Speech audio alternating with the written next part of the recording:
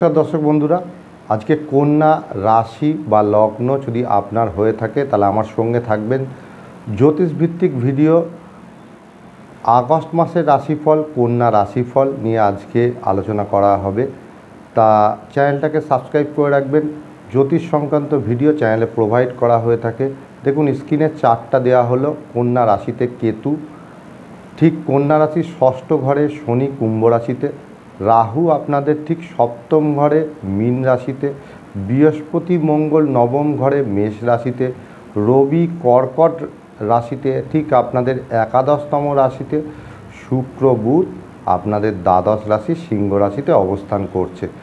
তা এর ফলাফলটাই আজকে আলোচনা করব। প্রথমেই আসি রাহু কেতুর কথায়।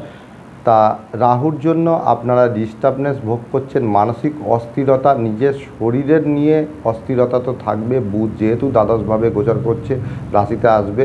তা মাসের প্রথম দিকটা শরীর স্বাস্থ্য নিয়ে অবশ্যই সজাগ সতর্ক থাকুন। পুরো মাসটাতেই বলবো সজাগ সতর্ক থাকতে হবে, কারণ কেতু রাশিতে অবস্থান করেছে এবং চন্দ্রের নক্ষত্রে, চন্দ্র একাদশপতি, মানসিক অস্থিরতা কিন্তু বৃদ্ধি পাবে। তা যাই হোক না কেন আপনাদের শরীর নিয়ে সজাগ থাকতে হবে, এটাই মোদ্দা কথা।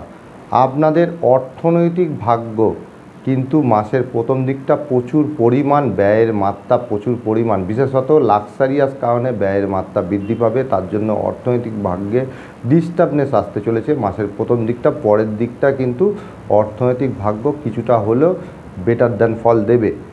আর আপনাদের পঞ্চম ষষ্ঠপতি শনি, সেই শনি কিন্তু বক্রী অবস্থায় আছে। শনি ষষ্ঠভাবে গোচর করছে, বৃহস্পতি নক্ষত্রে গোচর করছে মাসটাতে, পুরো মাসটাতেই থাকবে, বক্রী থাকবে। এই শনি ষষ্ঠভাবে ডেলি ইনকামের দিকে আপনারা মনোযোগ দিন। ডেলি ইনকাম আপনাদের বাড়তে চলেছে।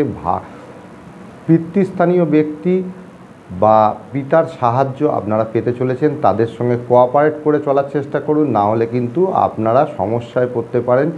গৃহগত বিবাদ এড়িয়ে চলার চেষ্টা করুন। গৃহগত বিশেষ করে পিতৃস্থানীয় ব্যক্তি, পিতা, কাকা, জ্যাঠা, এদের সঙ্গে গৃহগত বিবাদ এড়িয়ে চলুন। যদি বিবাদ আপনাদের থাকে তাহলে সেটা মিটিয়ে নেওয়ার চেষ্টা করুন, আপনাদের সেটা মিটেও যাবে। তাই বলবো যে অবশ্যই আপনারা সেটা কাজে লাগানোর চেষ্টা করুন। আর রাহু ঠিক আপনাদের সপ্তমভাবে, তা আমি বলবো যে দাম্পত্য জীবনে হতাশা এলেও, ডিস্টার্বনেস এলেও আপনারা কিন্তু দাম্পত্য জীবনে একে অপরের সঙ্গে কোঅপারেট করে চলার চেষ্টা করুন, সেটাই কিন্তু আপনাদের পক্ষে শ্রেয়। ঝামেলা ঝঞ্ঝাট তো থাকবে মাসটাতে, রাহু যত দিন আপনাদের সপ্তমভাবে গোচর করবে দাম্পত্য জীবনে ঝামেলা ঝঞ্ঝাট থাকবে। ঠিক নবমভাবে বৃহস্পতি মঙ্গলের অবস্থান, বৃহস্পতি আপনাদের চতুর্থপতি আর সপ্তমপতি নবমভাবে অবস্থান করেছে। তা গৃহগত সমস্যা মিটতে চলেছে এবং কার দ্বারা? পিতা বা পিতৃস্থানীয় ব্যক্তির দ্বারা। আমি আগেও বলেছি, এখনও বলবো, তাদের সঙ্গে বিবাদ এড়িয়ে চলুন। ভাগ্যে একটা সফলতা আসতে চলেছে, বৃহস্পতি ওখানে কিন্তু বসে ভাগ্যে সফলতা দেবে। কারণ বৃহস্পতি নবমভাবে বসে চন্দ্রের নক্ষত্রে বসেছে মাসটাতে।